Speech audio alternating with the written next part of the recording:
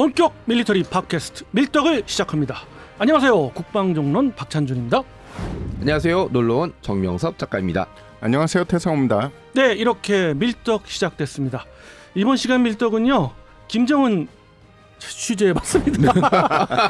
이 양반이 요즘 굉장히 바쁩니다. 막 여기저기 돌아다니는데 수해로 인해서 뭐 자강도, 그 평안북도 쪽, 양강도까지라고도 하는데 그쪽이 완전히 초토화돼서 수많은 이재민이 있는데 그런 이재민에 대한 복구로 바쁠 텐데 역시나 김정은이 김정은 합니다. 뭐 여러 부대를 돌아다니고 그리고 막 쏴대고 지금 정신없습니다. 그중에 우리가 조금 포커스를 맞춰보면 좀 특이했어요. 특수전 부대죠. 특수작전국이라고 있습니다. 특수작전군이라고 아예 군종을 따로 또 만들기도 하고 있는데 북한 인민군의 특수작전군에 부대 시찰을 했어요. 거기에서 좀 특이한 사항도 있고 해서 이번 시간에 한번 이야기해 보려고 하는데, 우선 김정은의 우리로는 이제 친위부대라고 하는데 북한은 제가 이제 북한 편제를 대부분은 아니까 호위사령부 예하의 그런 특수부대였던 걸로 보여요. 지금 그런 군인들도 많이 나와 있는데 북한군의 호위사령부격의 그런 부대들, 어떤 부대가 있으며 그리고 그런 역할들은 무엇인가요? 이 또 시대마다 약간씩 명칭도 바뀌고 부대의 성격도 바뀌기 때문에 정확하게 북의 이 경호 부대들이 어떤 식으로 명칭이 되고 시기마다 이런 번호를 썼다, 부대명을 썼다라고 말씀드리긴 조금 힘든데, 제가 여러 루트로 확인해 본 바 이번에 그 흑복들을 입고서 김정은 옆에서 근접 경호한 병력들 있지 않습니까? 그 친구들은 김정은 옆에서 근접 경호를 하는 경위대일 것이다 라고 이야기를 많이 하더라고요. 그래서 경위대?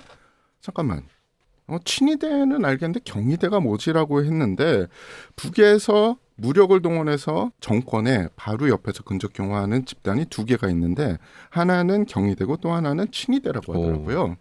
둘 다 지휘 체계가 약간 다르대요. 그리고 김 정권의 특성상 어느 한쪽에 파워를 다 주지 않는다고 합니다.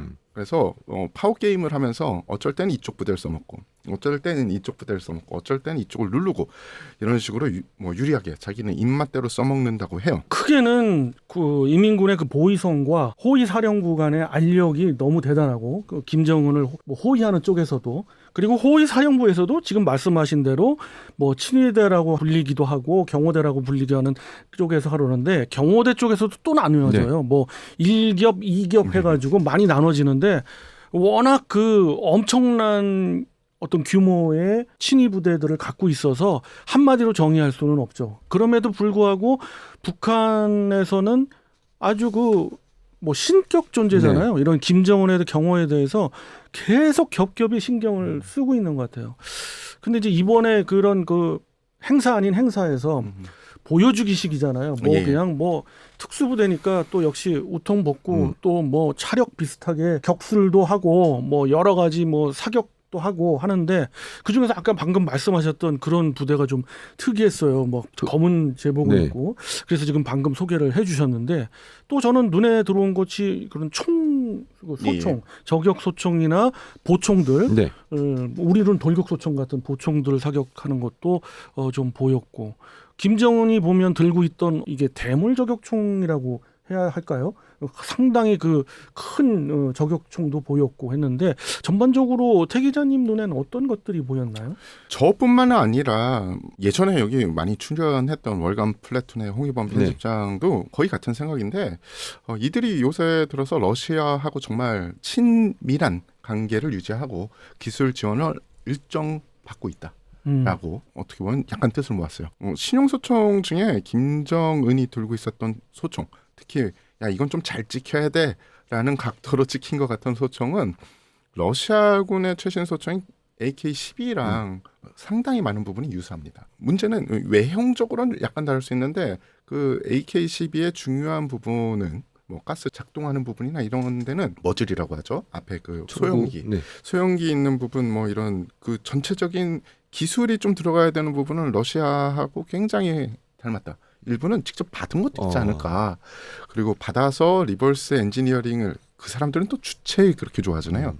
리버스 엔지니어링을 통해서, 역설계를 통해서 좀 주체적으로 자기네들이 바꾸고 있다라는 게 보이고요.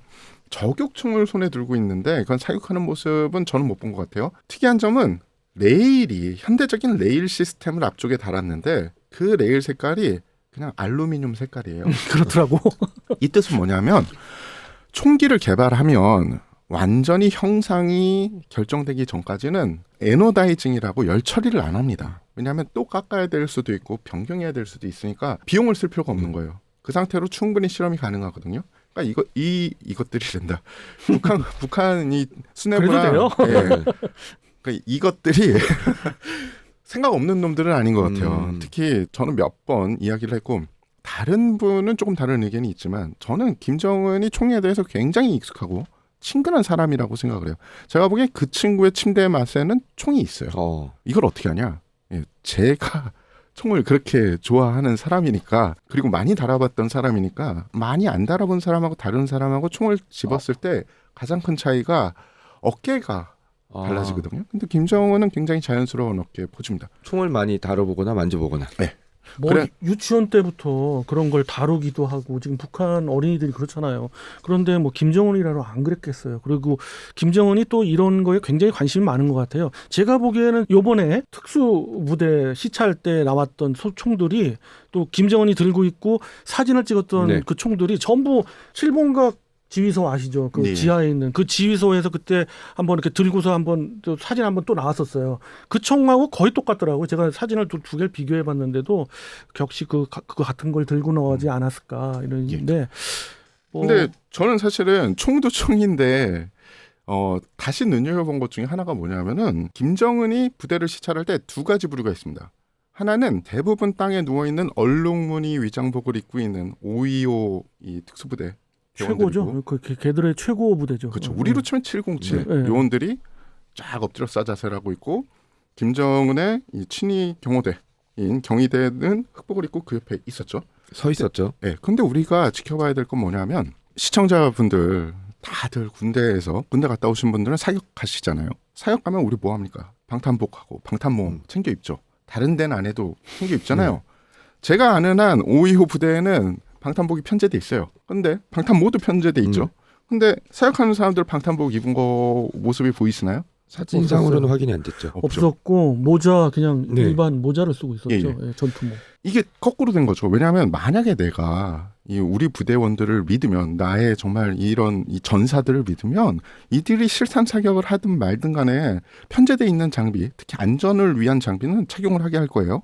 그런데 이들은 편제돼 있는 안전 장비를 다 벗고 실탄 사격을 하고 그리고 경호를 하는 경위대 대원들은 완전 풀 장착을 하고 그것도 손가락을 방아쇠에 걸고 있는다. 이 뜻은 뭐냐? 실탄 사격인 만큼 누군가 하나가 다른 의도를 가지고 혹은 여럿이 의도를 가지고 공격을 할 경우에 방탄복을 입거나 방탄 헬멧을 입고 있으면은 제압하기가 쉽지 않잖아요. 초반에 제압이 어려울 수도 있죠. 더 쉽게 제압하겠다라는 의도가 저한테는 보이는데 이게 얼마나 웃기는 그림이냐면 대한민국 대통령이 707 부대에 방문을 해서 실탄 사격을 보고 있는데 그 옆에 707 대원들은 방탄복을 다 벗겨놓고 전투복만 입고 사격을 시키고 옆에 대통령 경호실 사람들은 풀 군장을 하고 기관총을 들고 손가락에 방아쇠를 걸고 그 뒤에 서 있는 거랑 똑같은 그림이에요. 아마 안전장치도 풀었겠죠?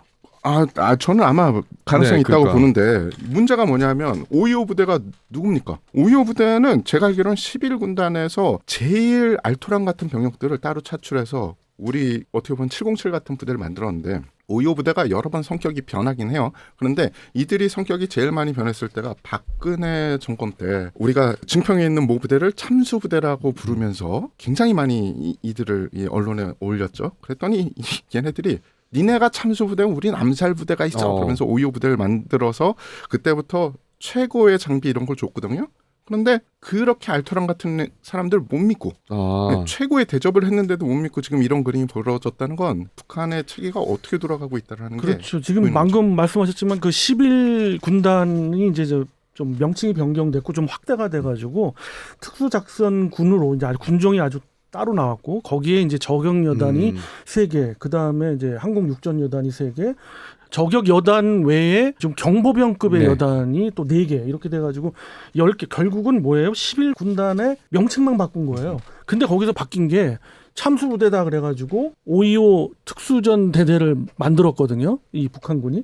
거기에 나온 모습들이 그렇고 전 그래서 태 기자님 얘기하시면서 태 기자님이 그렇게 보셨구나 하면서 저도 느낀 게 뭐냐면 야, 이 5.25 특수전 대대 중에 몇몇이 빡 돌아서 근데 무장해제돼 있었을 거 아니야. 그러니까 경호부대가 있든 없든 한번 그 시점에서 갈겨서 네. 혁명을 한번 제대로 했으면 하는 그런 이상한 상상도 해봤는데 이거 정말 만약에나 나올 법한 그런 얘기긴 합니다만은 그런데 이게 또 그냥 그건 아닌 것 같은 게 제가 그래서 관련 취재를 조금 해봤거든요. 네. 중요한 거는 김정은이 믿는 병력인 경희대잖아요.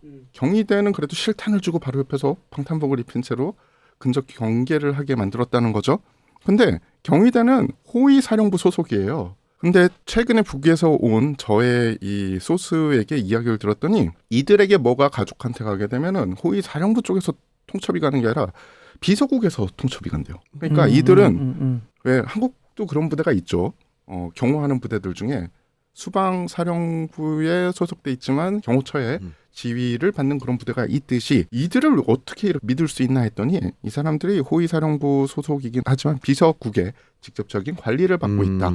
다시 돌려 얘기하면 김정은이 군을 100% 믿고 있지 않을 가능성이 크다라고 이야기할 수 있죠. 어떤 분들은 그래요. 북한군의 규모를 굉장히 크게 보거든요. 우리 국방 백서에도 크게 보는데 제가 판단하기로는 그거보다는 좀 적다고 보이는데 이런 이유가 뭐냐면 계속 편제가 바뀌고 규모가 바뀌는데 그게 그대로 이제 겹겹이 쌓이는 거죠. 반영을 않고 그냥 플러스만 하는 거예요.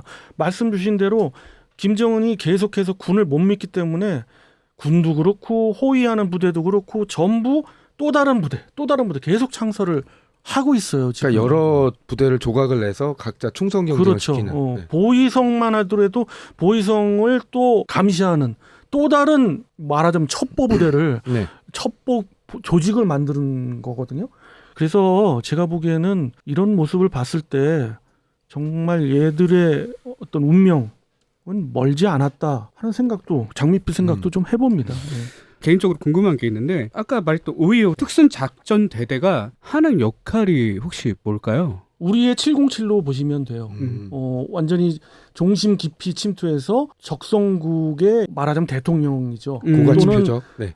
참모 총장, 뭐 국방부 장관 이런 사람들을 암살하는. 근데 그것이 기존에는 저격 여단들이 했어요. 세계 저격 여단들이 했는데 세계 저격 여단 중에서 또 특출난 사람들을 뽑아서 대테러도 하면서 동시에 적성국의 주요 지휘관들, 주요 인물들을 테러하는 그런 부대예요. 그런데 대대급이기 때문에 뭐 어떤 주요 시설을 파괴한다든가 또 항공육전여단처럼 각각 맡고 있는 공군기지나 이런 것들을 파괴하는 그런 쪽으로 가는 부대는 아니고 오로지 요인 암살 내지는 소규모의 아주 중요한 시설을 파괴하는 그런 부대인데 이 모든 게 제가 보기에는 조금 기본이 안 돼 있어요. 허상이에요. 역시 이번 행사도 김정은의 행사도 보여주기식 행사가 너무도 드러난 것이 일단 운반 플랫폼이 너무 없어요. 북한에. 그래서 그런 것들도 뭐 지금 시간이 좀 없어서 말씀 못 드립니다만 편제가 중요한 게 아니라 그런 장비들, 특수전부대의 그렇죠. 장비들이 중요한데 북한군은 이마저도 좀 허접한 면이 있다. 그래서 크게 위협은 안 된다는 게 제 판단입니다. 그나마 뭐 북한군 특수작전 병력 중에 쓸만한 게 그래도 이들인 게 2017년인가 북한에서 자체적으로 고공하고 특수타격 대회인가를 했어요. 거기서 5.25 이 전대가 1등을 우승을 했고 그리고 북한 내에서도 이들이 좀 실력은 출중하다라고 하는데 다시 이 사진으로 돌아가서 사진이요. 야, 열병식에서 신무기들 많이 보여줬잖아요. 네. 근데 이들이 사격하는 영상, 실제 실탄 사격하는 영상 보면 그 장비들 왜 안 쓰는지 모르겠습니다. 네, 그런 신무기 아주 좋은 신무기가 있으면 제일 먼저 지급되고 그렇죠. 사용돼야 될 부대가 여긴데. 그래서 열병식에서 나온 무기들이 보여주기식의 무기들이고 그죠. 미사일이나 이런 거는 당연히 좀 어떻게 보면 비어 있는 것이 많고 그건 뭐 우리도 마찬가지니까 그런 실탄이라고 보기에는 뭐 많이 허접한 또 그런 것들인데 이런 것들이 보급이 안 됐다는 얘기는 결국 중요한 건 보급이다라는 거예요. 어떤 부대건 어떤 무기 체계를 개발하건 간에 양산에 이를 정도가 됐느냐 안 되느냐가 중요한 거거든요. 결국 북한은 항상 양산은 않고 시험 발사만 해요. 그런 측면도 역시 이 525 부대를 통해서 투영된다고 보면 되겠죠. 특히나 침투와 관련된 육해공 분야의 어떤 플랫폼들이 너무 없다.